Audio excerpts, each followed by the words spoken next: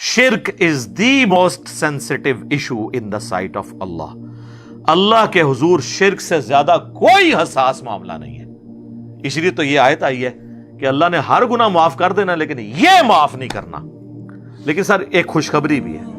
سورۃ الفرقان کی آیت نمبر 70 میں آیا کہ اگر کوئی شرک سے دنیا کی زندگی میں توبہ کر لے ہم اس کے گناہوں کو بھی نیکیوں سے بدل دیں گے. سبحان اللہ وبحمدہ سبحان اللہ وبحمدہ سبحان اللہ العظیم عدد خلقہ ورضا نفسہ وزنۃ عرشہ ومداد کلماتہ. یعنی اللہ اس کو یہ بھی نہیں کہے گا کہ اتنا عرصہ تو نے شرک کیا ہے ہن پہلے اینے سال نیکیاں کر تو ایڈا گاڑا گناہ سی انہوں ختم کرنے ٹائم چاہیے. اللہ کہتا ہے تو توبہ کر لے میں اس گناہ کو بھی نیکی کے برابر تول لوں گا. ایک بار میری طرف آ جا. صحیح مسلم میں حدیث ہے اور جامعہ ترمذی میں بھی. اے میرے بندے اگر تو اتنے گناہ کر لے کہ آسمان تک پہنچ جائیں اور صرف ایک دفعہ مجھ سے معافی مانگ لے میں تیری توبہ قبول کر لوں گا. اور اے میرے بندے اگر تو زمین و آسمان گناہوں کے بھر کے قیامت والے دن میرے پاس آیا لیکن تو نے ایک گناہ نہ کیا ہوا اور وہ ہے مجھ سے کے ساتھ کسی کو شریک ٹھہرانا تو میں اس قدر مغفرت کے ساتھ اس سے ملاقات کر لوں گا اگر تو نے شرک نہ کیا ہوا. بس یہ گارنٹی دے دے. ایک تو موٹا موٹا شرک ہے نا. ویسے تو خواہش نفس کو بھی شرک کہا گیا. افرائیت من اتخذ الہہ ہوا. بھلا اس شخص کو دیکھا جس نے اپنی خواہش نفس کو اپنا خدا بنا لیا. وہ بھی چھوٹا شرک تو ہے. فجر کے وقت اذان کی آواز سن کے مسجد میں نہ جانا اور اپنے نفس کی پیروی کرنا یہ بھی شرک کی ایک فارم ہے. تو شرک کا معاملہ بہت سینسٹیو ہے. یہ صحیح مسلم کی میں نے آپ کو حدیث بتائی. ایک اور حدیث ہے صحیح مسلم کے اندر ہی کہ نبی علیہ السلام جب شب معراج گئے تو اللہ تعالیٰ نے ان کو 3 تحفے دیے. نمبر 1 5 نمازیں. نمبر 2 سورۃ البقرہ کی آخری 2 آیات آمن الرسول. اور تیسرا یہ کہ میں گارنٹی دیتا ہوں کہ آپ کا جو امتی شرک نہیں کرے گا نا میں اس کی مغفرت کر دوں گا قیامت والے دن.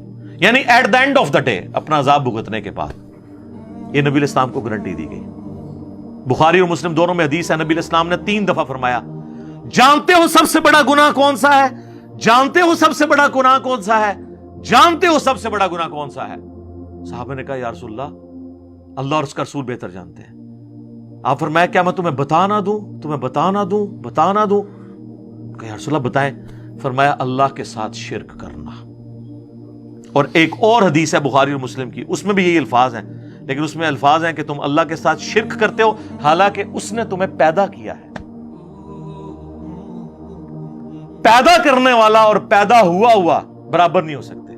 سر اللہ ہی ہے جو پیدا کرنے والا ہے باقی سب پیدا ہوئے ہیں تو وہ اللہ کے مقابلے پہ کیسے آ سکتے؟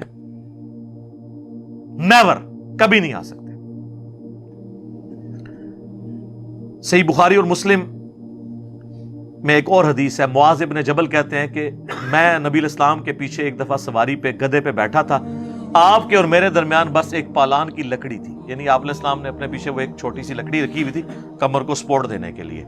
اب وہ یہ نقشہ اس لیے کھینچ رہے تھے اپنا رسول اللہ سے قرب بتانے کے لیے کہ میری خوش نصیبی ہے کہ حضور گدھے پہ بیٹھے ہیں آگے اور میرے اور نبی علیہ السلام کے درمیان صرف ایک لکڑی کی وہ پالان کی ڈنڈی ہے لکڑی کی. سر آپ ذرا خوش نصیبی کا لیول دیکھیں. اور نبی علیہ السلام سواری پہ مجھ سے ارشاد فرماتے ہیں معاذ. تو کہتے ہیں میں نے کہا یا رسول اللہ حاضر ہوں حکم کیجئے. پھر حضور نے دوسری دفعہ کہا اے معاذ.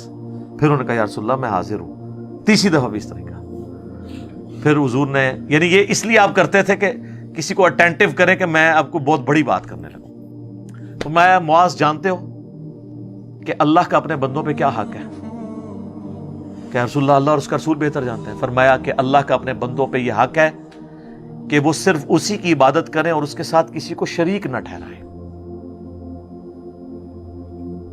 تو پھر نبی علیہ السلام خاموش ہو گئے. سواری تھوڑی آگے گئی. پھر آپ نے کہا معاذ کہ یا رسول اللہ حاضر. لبیک یا رسول اللہ. یہ الفاظ ہیں یا رسول اللہ حاضر ہوں. پھر کہا معاذ لبیک یا رسول اللہ. 3 دفعہ.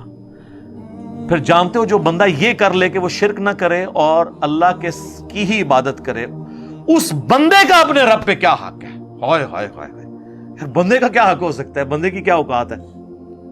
لیکن اللہ نے انسان کو یہ عزت دی ہے کہ جو شرک نہیں کرتا اور صرف اس کی بات کرتا ہے، وہ پھر اللہ پہ حق رکھتا ہے